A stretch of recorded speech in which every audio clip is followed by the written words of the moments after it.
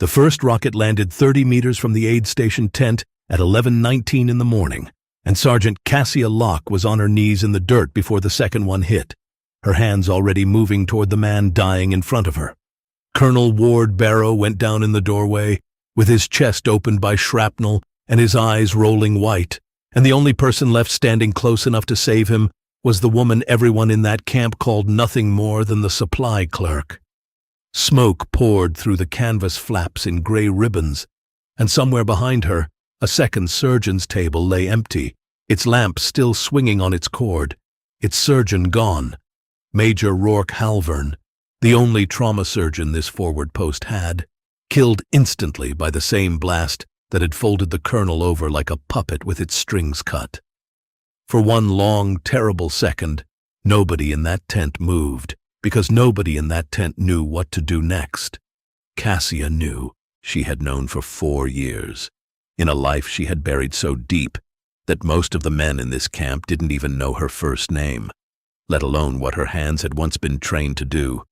But knowing didn't matter, not yet, not until the shouting started and the clock she carried in her own chest, the one that had never stopped ticking since the day she walked away from an operating table soaked to the elbows and swore she would never touch a scalpel again, began counting down from a number that would define the next 47 minutes of her life.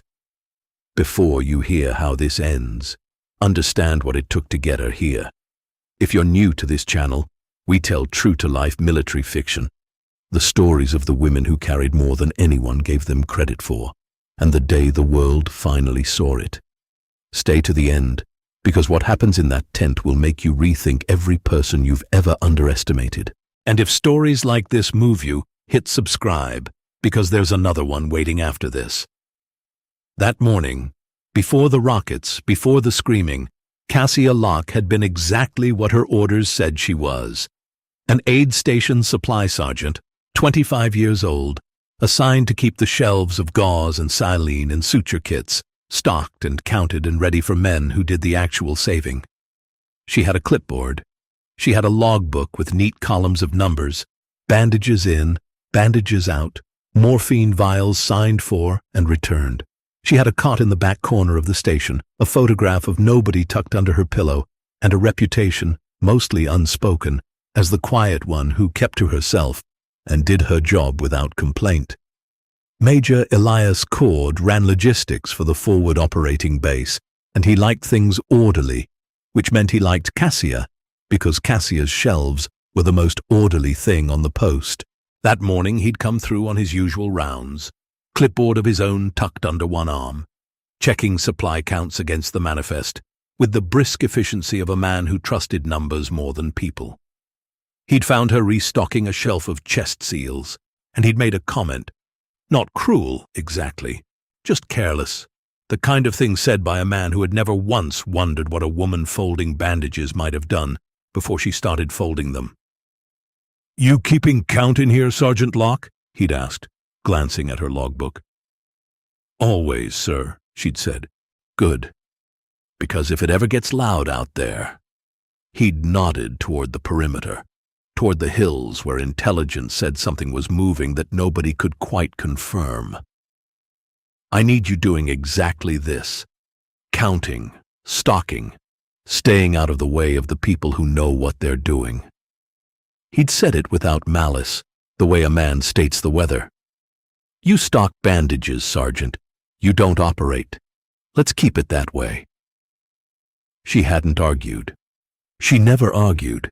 She'd simply said, "Understood, sir," and gone back to her shelf. And if Kord had looked at her hands in that moment, steady, precise, folding gauze into perfect white squares with a speed that came from something other than boredom, he might have wondered. But nobody wondered about Cassia Locke. That was, in a way, exactly how she'd built her life since she came to this post 8 months earlier. Invisible, useful, unremarkable, and safe. Because 4 years before that morning, Cassia Locke had been someone else entirely. She had been the surgeon on a forward surgical team so classified that most of the men she'd operated on never learned her real name, Only her call sign, Halcyon, murmured by grateful soldiers in the seconds before the anesthesia took them under. She had run tables in conditions that would have made most trauma surgeons back home refuse to touch a patient. No clean room, no full staff, sometimes no power but a single generator coughing outside a tent while incoming fire made the lamp above her sway. She had been good. She had been, according to two commanding officers who fought to keep her on their rosters, the best forward surgeon either of them had ever worked beside. Forward surgical teams like the one she had served on were never meant to be hospitals. They were meant to be bridges. Small, fast, brutally mobile units, built to buy wounded soldiers the only thing that mattered in the earliest minutes after an injury. Time. Doctrine called it the golden hour, that narrow window after a traumatic wound when decisive care could still turn catastrophe into survival. And everyone who had ever served on a team like Cassia's understood the phrase was less a promise than a plea. A reminder that the clock, once it started, did not care about rank or fear, or how young the person holding it together happened to be. She had spent years inside that window, in aid tents not much bigger than the one she now restocked bandages in, learning that the difference between a man who lived and a man who didn't was rarely a single dramatic act, but 100 small disciplined choices, chained together without a break, for as long as it took. And then had come a day, a mass casualty day, the kind military medicine has a phrase for precisely because it happens often enough to need one, when 11 wounded came through her tent in under 2 hours, and she had made choices no 21-year-old surgeon should ever have to make about who got the next 30 minutes of her attention and who did not. She had saved 9 of them. She still, 4 years later, could recite the names of the 2 she hadn't. She had finished that day standing outside the tent in the dark, hands shaking for the first time in her career, and she had never operated again. She had requested reassignment to logistics. Command, understanding exactly what they were losing and exactly why, had let her go quietly, sealed her surgical record under a classification that kept it out of ordinary personnel files, and let Sergeant Cassia Locke become, on paper, precisely what she appeared to be, a woman who counted bandages. She had told herself it was over. She had told herself the hands that once held a scalpel steady through 6 hours of continuous fire now only needed to hold a clipboard steady. And for 8 months, on this post, that had been true. Then the rockets came. The strike that hit the forward operating base that morning was not the biggest anyone on that post had seen, but it was fast, and it was close, and it caught the aid station at the exact wrong moment, the moment the base's only surgeon had stepped outside the operating tent to check on an incoming convoy of wounded directly into the path of a rocket that left him beyond anyone's help and left Colonel Ward Barrow, the base commander, folded in the doorway with an injury to his chest that every medic in that tent recognized, with sinking certainty, as the kind that kills a man from the inside in a matter of minutes if nothing is done, and kills him just as certainly if the wrong thing is done by the wrong hands.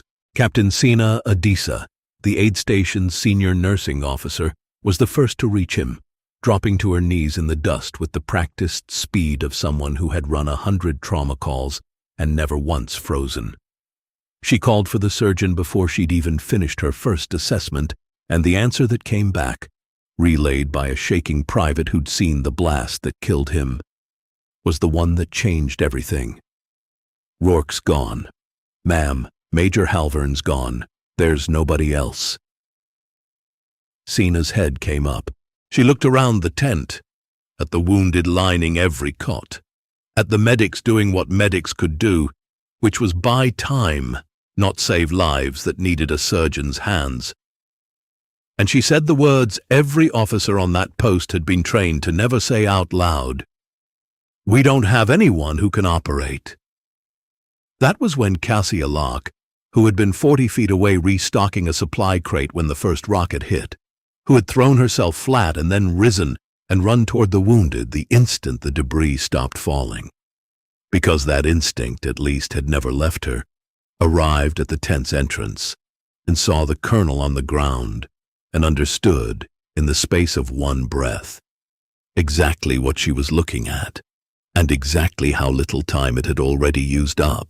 She knew, because the knowledge lived in her like a second heartbeat, that a chest wound of that severity gave a man perhaps 20, perhaps 30 minutes before the damage inside him became unsurvivable, regardless of what anyone did, and that surviving those minutes required someone doing right now the very thing she had sworn 4 years ago she would never do again. "Priority 9 line!" Someone was already shouting into a radio near the tent's rear pole. The young medic, Dax Farrow, 19 years old, barely 6 months in country, his voice cracking with the effort of keeping it level. "Urgent surgical, 1 patient, command level casualty, request immediate medevac, over." Every soldier on that post had sat through the same briefings on how a 9-line request worked, the line for precedence, urgent versus urgent surgical versus routine, the line for special equipment, the line for the number and type of wounded, dry classroom material that suddenly, in the space of one radio call, stopped being dry at all. Urgent surgical was the worst category on the list, the one nobody wanted to hear called out over the net, because it meant a body somewhere was running out of time. Faster than a helicopter, however fast, could possibly close the distance. Dax's voice cracked, reading it out loud, not because he didn't know the format, but because he understood, for the first time in his 6 months in country, exactly what the word urgent was going to cost the man bleeding on the floor in front of him if the next several minutes went the wrong way. The response crackled back through static, thick with distance and terrain. Medevac was already airborne from another call 22 miles east, would divert the instant it could, but the honest number, the number the flight crew gave without softening it, because soldiers deserved the truth even when the truth was brutal, was 47 minutes. 47 minutes until rotors touched down on this dirt. 47 minutes, and Colonel Ward Barrow, by every measure any trained eye in that tent could read off his face and his labored breathing and the color draining out of him by the second, did not have anywhere close to 47 minutes left unless someone acted in the next handful of them. Cassia stood in the entrance to the tent, dust still settling around her boots, and did the math the way she had done it 4 years ago in 100 other tents, in 100 other terrible mornings. The arithmetic of what a body could and could not survive, measured against what a clock could and could not give back. The math came out the same way it always did. There was no version of it that ended with her walking away. Major Elias Kord reached the aid station 40 seconds after the second explosion, drawn by the radio traffic and the column of smoke. And what he found when he pushed through the tent flap was chaos organizing itself into something worse than chaos. A dying commanding officer, a dead surgeon, a nursing officer barking orders that were, for the first time in her career, orders with nowhere useful to land. And Sergeant Cassia Locke, his quiet, orderly supply clerk, on her knees beside the colonel with her hands already at his chest, already moving with a certainty that stopped Kord cold in the doorway. "Locke," his voice cut through the tent. "Locke, get back, get her back," he said to no one in particular, to anyone who would listen, because in Elias Kord's understanding of the world, an understanding built on 8 months of watching this woman count gauze and never once raise her voice, what he was seeing made no sense, and therefore could not be permitted to continue. "She's a supply sergeant. She doesn't touch him. Get me a real medic." "There is no other medic who can do this, sir," Captain Adisa said, not looking up, because she was watching Cassia's hands and had already, in the space of 10 seconds, made a judgment Kord had not yet caught up to. "She's not qualified." Kord took a step closer, close enough that his shadow fell across the colonel's body. "Sergeant, step away from him. That is an order." Cassia did not step away. She did not even fully look up. Her attention was fixed on the colonel's face, on the specific grey-white pallor spreading across it, on the shallow, wrong rhythm of his breathing, reading him the way she had once read 100 men exactly like him, back when reading men like him had been the entire shape of her life. "Sir," she said, and her voice, when it came, was quieter than Kord expected, and steadier than anything he'd heard from anyone in that tent in the last 2 minutes. "With respect, if I step away from him right now, he is dead before the helicopter clears the ridgeline. I need you to either help me or get out of my light." The tent went very still. Even the wounded on the far cots, even the ones deep in their own pain, seemed to feel the shift in the air. "You stock bandages," Kord said, and there was less certainty in it now than there had been that morning, though he didn't yet know why. "You don't operate. That's not an insult, Sergeant. That's just what you are." "I know what you think I am," Cassia said. Her hands did not stop. They had not stopped once since she'd knelt down, and something in their motion, economical, unhesitating, entirely without the tremor of panic that should have been present in a supply clerk suddenly confronted with a dying colonel, made Sina Adisa's eyes narrow with a question she didn't have time to ask yet. "I need 30 seconds of you not fighting me, Major, or he doesn't make it to minute 5. Your call." Kord looked at the colonel. He looked at the blood already darkening the dirt beneath him, at the tightening grayness of his commanding officer's face, at Dax Farrow standing frozen by the radio with the handset still keyed and no one left to give him further orders, and something in the calculus of the moment, not trust, not yet, just the absence of any better option, made him step back instead of forward. 30 seconds, Kord said. Then I want to know what the hell I'm looking at.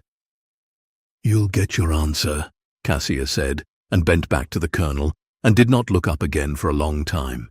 What happened in that tent over the next 12 minutes was not something Major Elias Kord had language for, because nothing in his 8 months of watching Cassia Locke fold bandages had prepared him to watch her transform, in the space of a single breath, into someone who moved through a mass casualty scene the way water moves through a riverbed.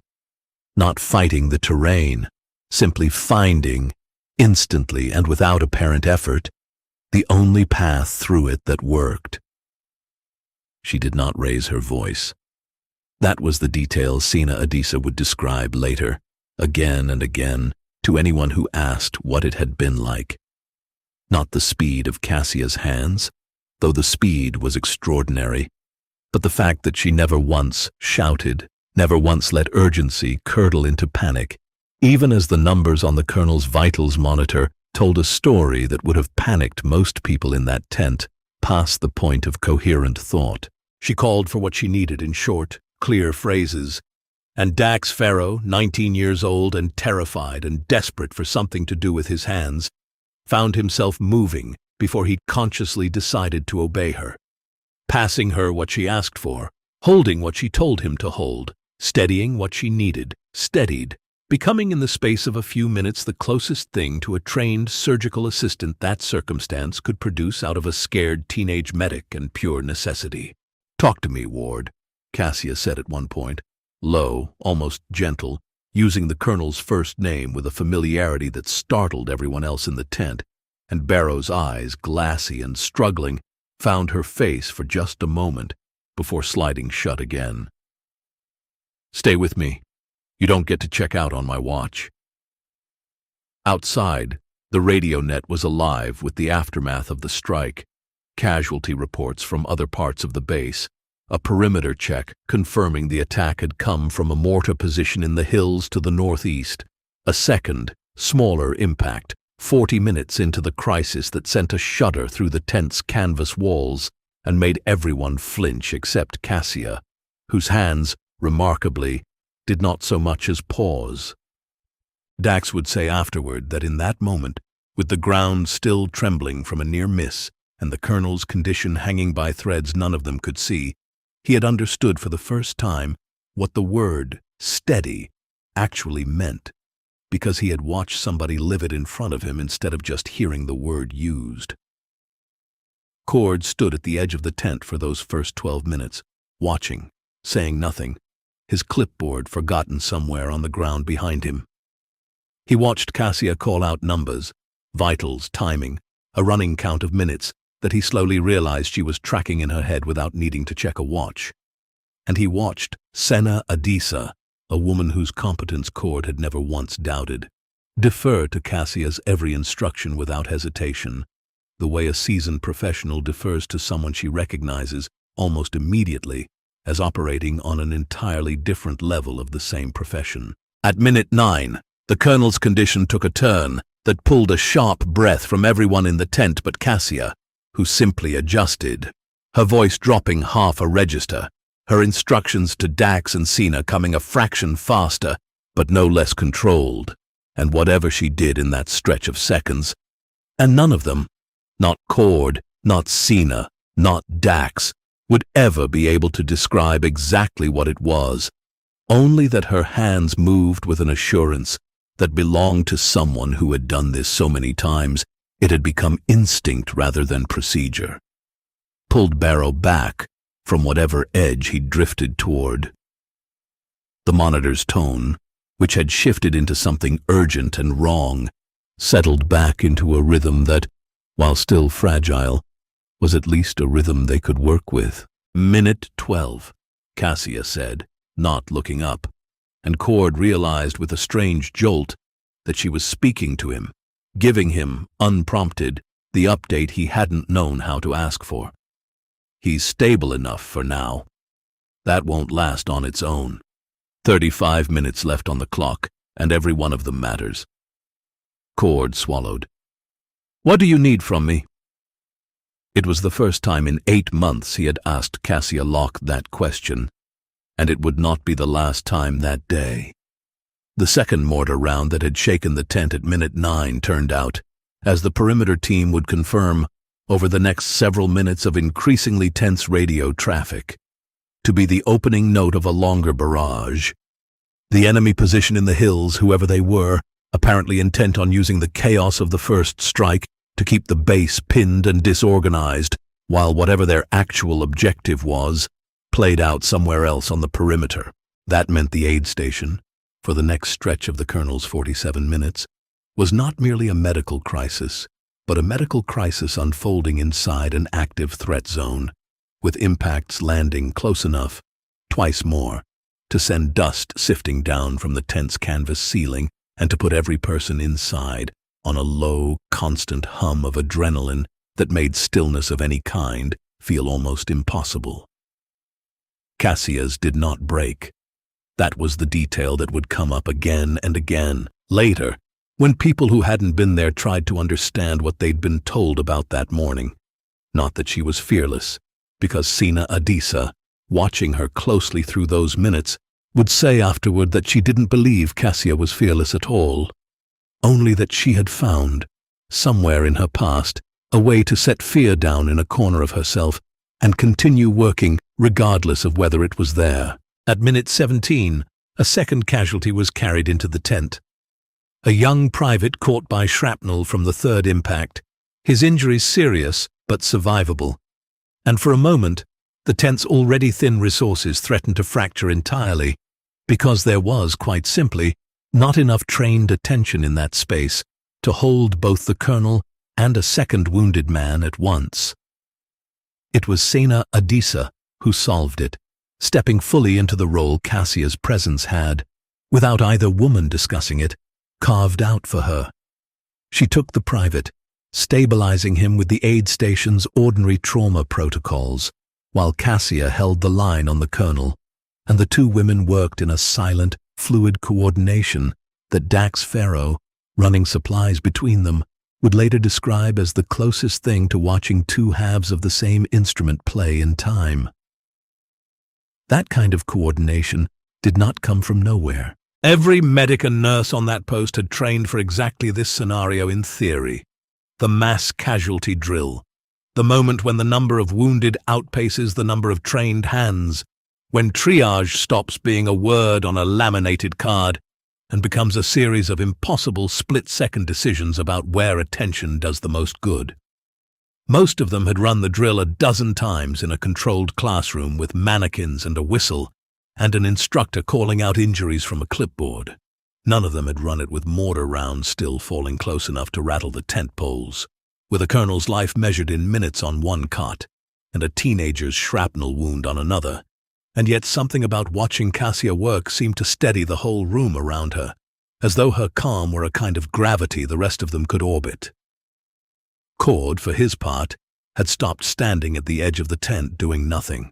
Somewhere around minute 15, without anyone formally asking him to, he had become the thing every crisis needs and rarely gets enough of, a clear channel to the outside world. He took over the radio net from Dax, kept the perimeter updated on the aid station's status, relayed the Medevac's shifting ETA back into the tent in clipped, useful phrases, and physically placed himself between the tent's exposed east flap and the cots whenever the mortar fire drew close, not because anyone ordered him to, but because it had become obvious to him, watching Cassia work, that whatever she was doing mattered more than his own comfort or safety, and that the least he could do, having spent 8 months telling this woman what she was not allowed to be, was make sure nothing outside that canvas wall got the chance to stop her from being it now. At minute 23, the colonel's eyes opened again, clearer than they had been, and found Cassia's face above him. His lips moved. It took Dax leaning close to catch the words, and when he repeated them aloud, the tent went quiet enough that even the distant thump of mortar fire seemed to fade into the background. "He's asking who you are," Dax said.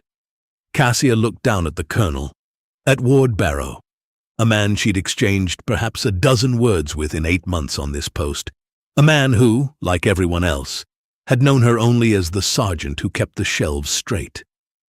And for just a moment, something moved behind her eyes that had nothing to do with the clock or the crisis, something old and tired and, underneath all of it, still fiercely alive. "Somebody who isn't going to let you die on a supply tent floor, sir," she said. "Hold on to that. Everything else can wait." By minute 28, with the mortar barrage finally tapering under counterfire from the base's own position and the immediate threat to the tent easing, the colonel's condition had settled into something that could, with brutal honesty, be called holding.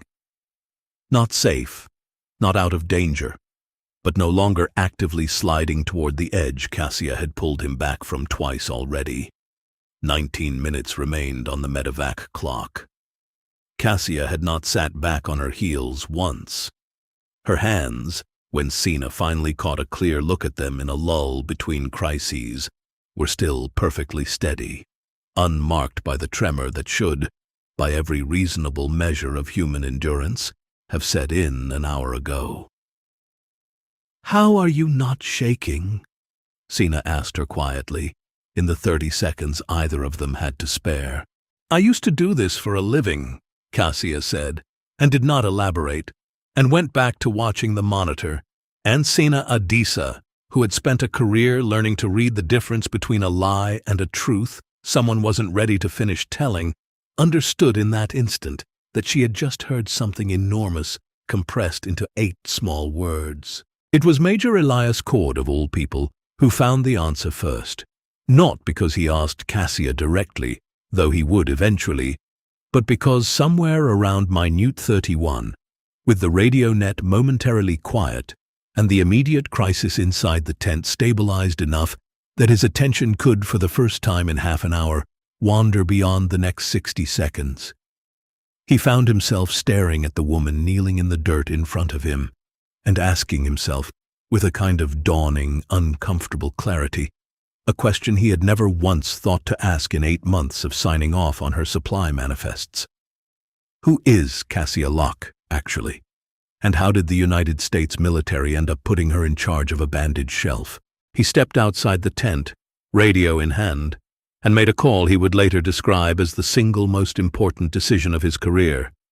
Not to a medical authority, but to the base's personnel liaison, requesting, with the kind of command-level urgency that cuts through ordinary bureaucratic delay, whatever file existed on Sergeant Cassia Locke beyond her current assignment record. What came back, 12 minutes later, arrived heavily redacted, most of it blacked out, under a classification level well above Kord's ordinary clearance, sealed under authorities he didn't recognize and couldn't override. But one line had been left unclassified, either by oversight or by some quiet mercy built into the system for exactly a moment like this one, a single line, buried in a service record otherwise stripped bare, that read simply, "Prior assignment, forward surgical team, callsign Halcyon, relieved at own request, commendation withheld pending review." Kord read it twice. Then he read it a third time. Standing outside a tent full of mortar smoke and dust, with a colonel's life hanging by threads 18 feet away, and something in his understanding of the last 8 months rearranged itself completely.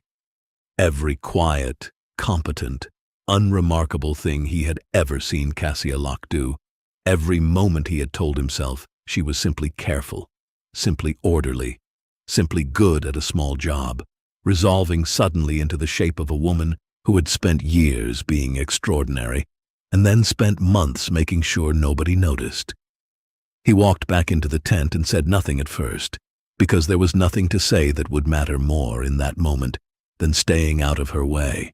He simply stood where he could watch her work, and for the first time all morning, what he felt looking at Cassia Locke was not confusion and not doubt, but something closer to awe, laced through with a shame he would carry for a long time afterward.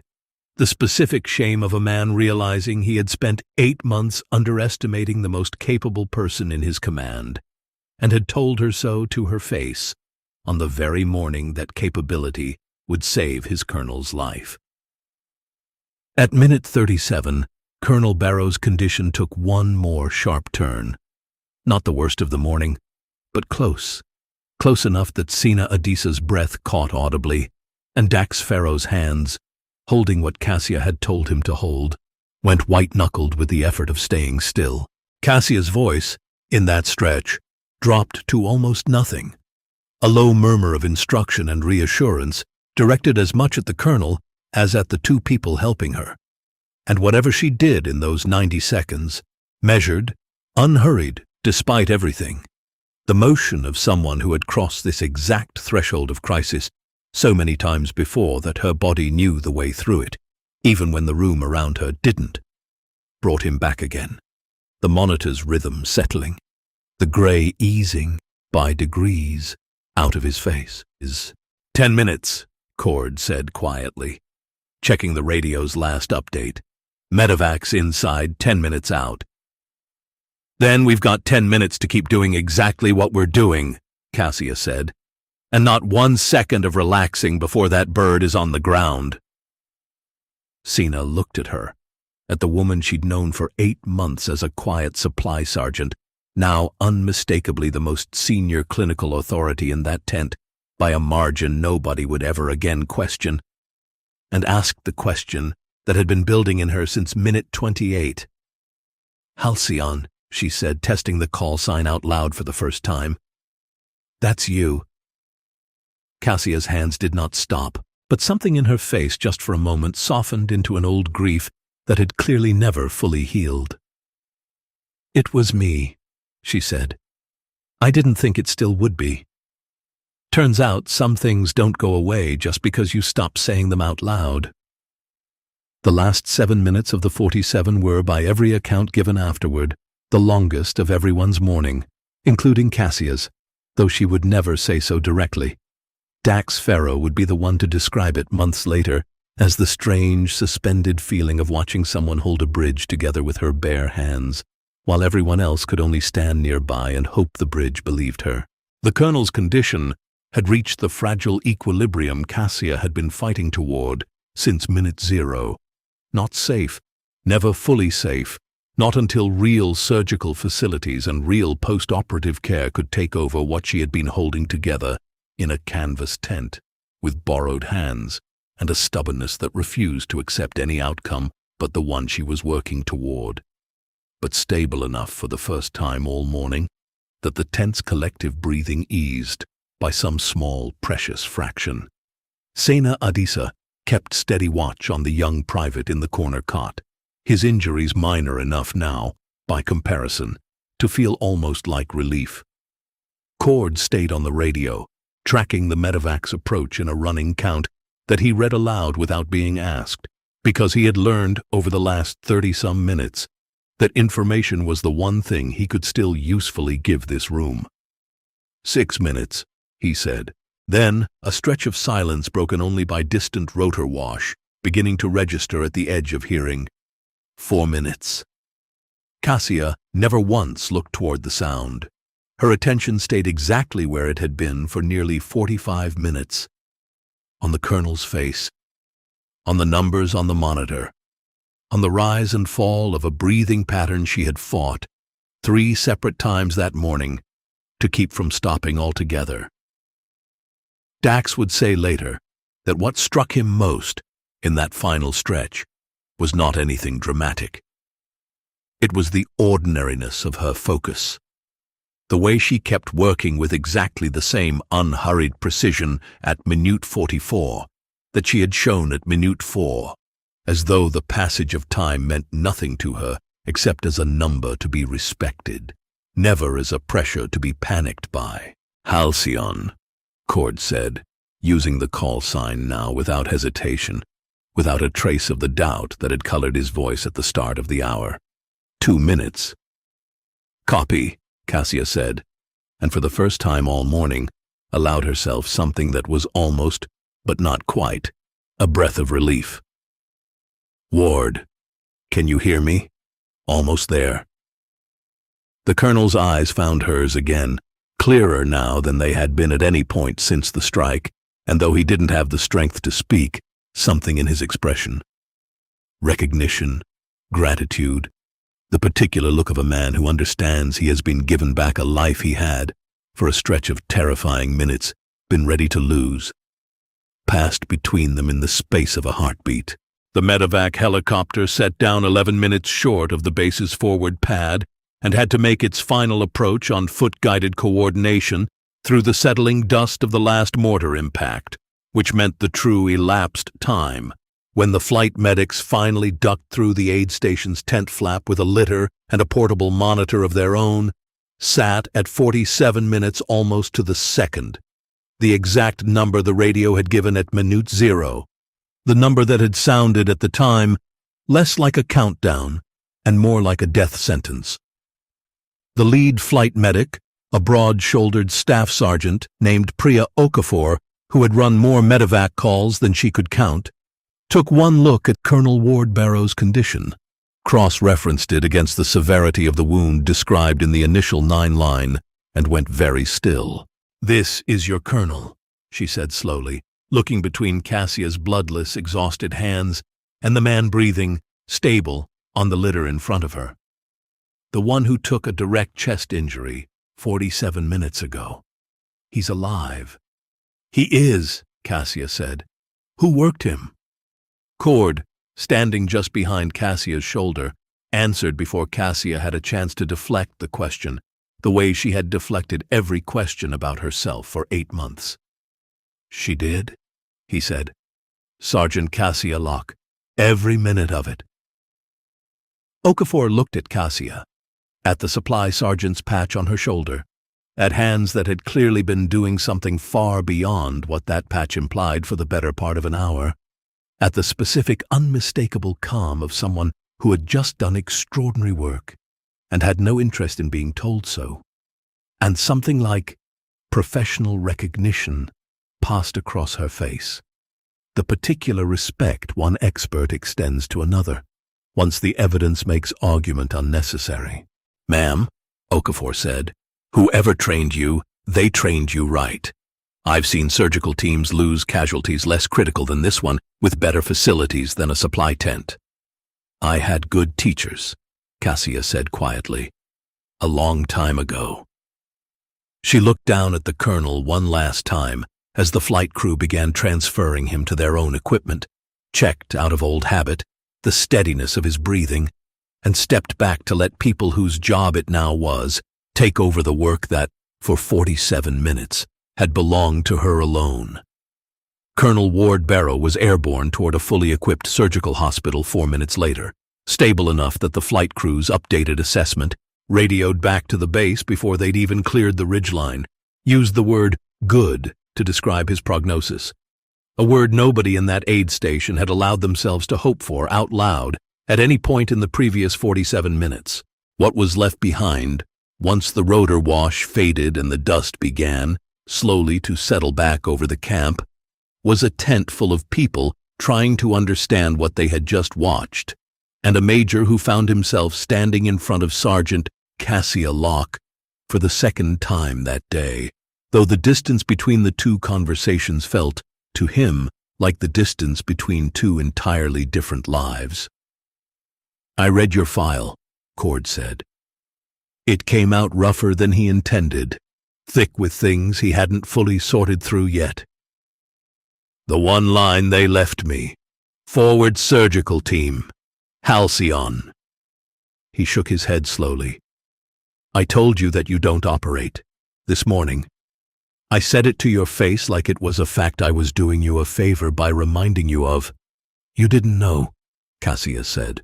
She was already, almost unconsciously, straightening a stack of supply crates that had been knocked askew in the chaos, her hands returning by instinct to the small, orderly tasks that had defined her 8 months on this post.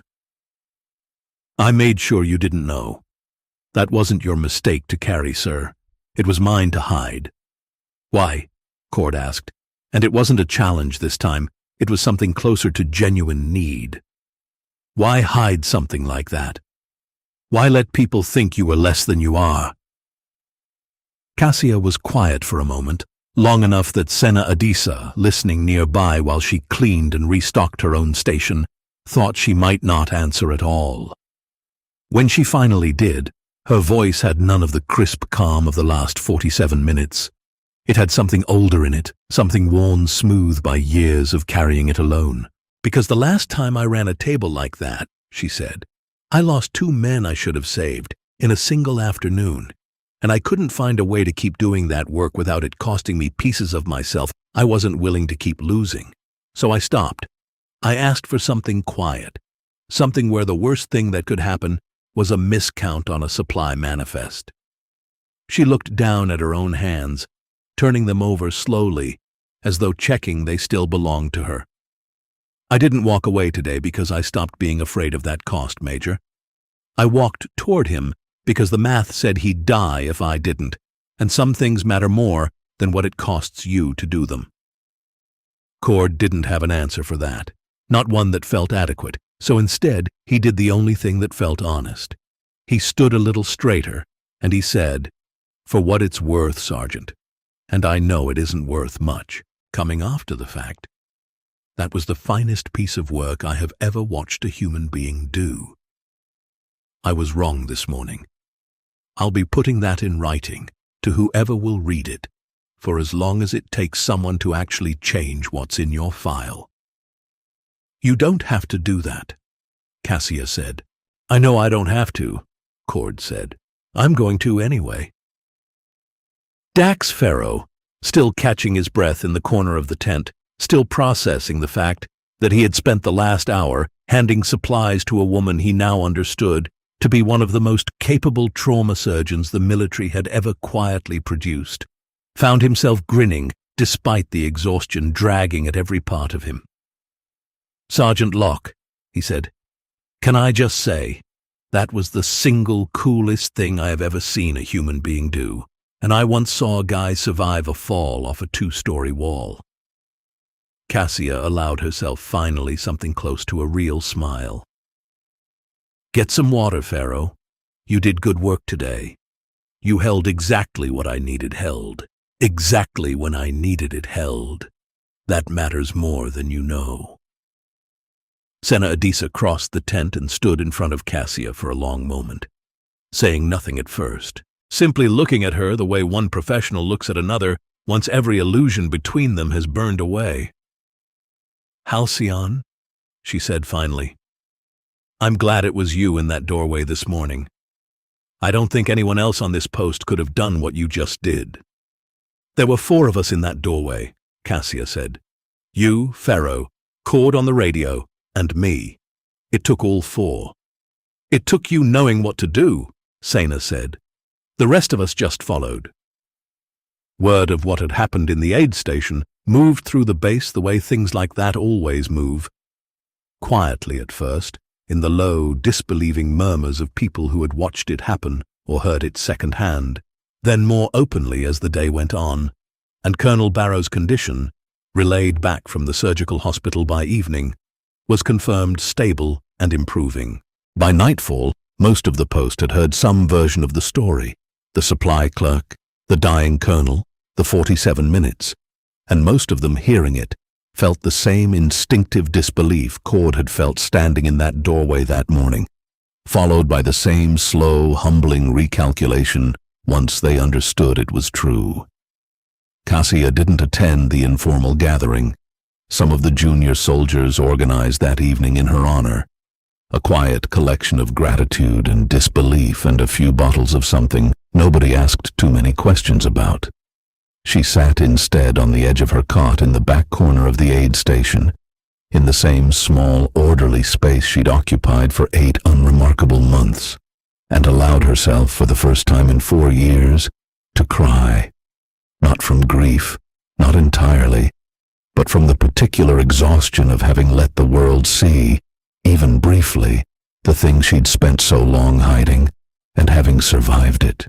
The next morning, before most of the base was awake, Sergeant Cassia Locke was back at her station, restocking a shelf of chest seals that had been depleted during the previous day's crisis. Her clipboard tucked under one arm, her logbook open to a fresh page, her hands moving through the folding and counting, and arranging with the same quiet precision they always had. Major Elias Kord found her there an hour later, making his usual rounds, though the way he crossed the tent toward her was different now, less brisk, more careful, a man visibly recalibrating how much space to give someone he had spent 8 months misjudging. He stopped in front of her shelf and watched her work for a moment before he spoke. "You could ask for reassignment," he said. "Back to a forward surgical role. After yesterday, there isn't a commander in this theater who wouldn't take you the moment your file clears review." Cassia considered that, folding another square of gauze, setting it precisely into its place on the shelf. "Maybe someday," she said. "Not today. I need a little more time being just this for now. I earned that, I think. The quiet, for a while longer." "Understood, Sergeant," Kord said, and for the first time in 8 months, the words carried no weight of dismissal in them at all, only respect.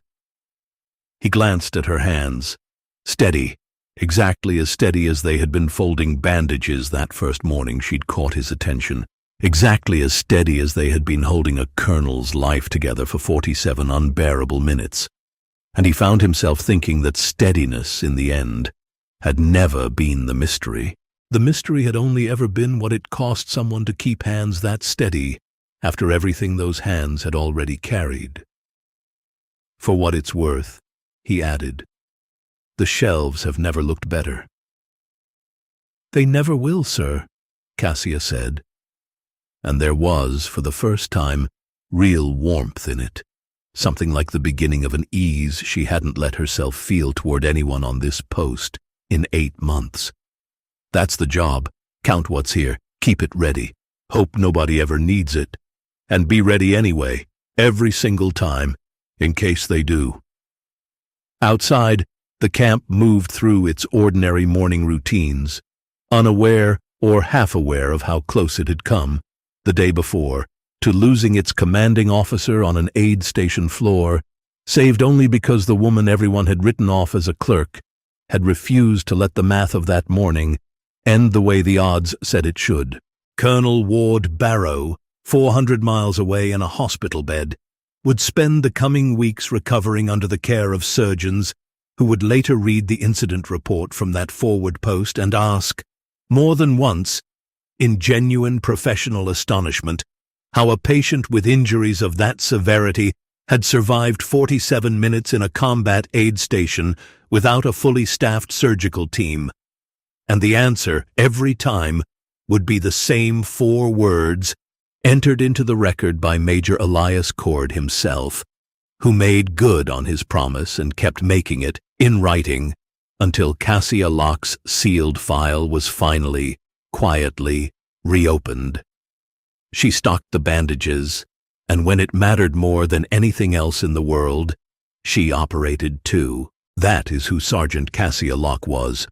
Not the quiet clerk everyone assumed her to be, and not only the hidden surgeon she had once been either, but something harder to name and far more remarkable than either label alone.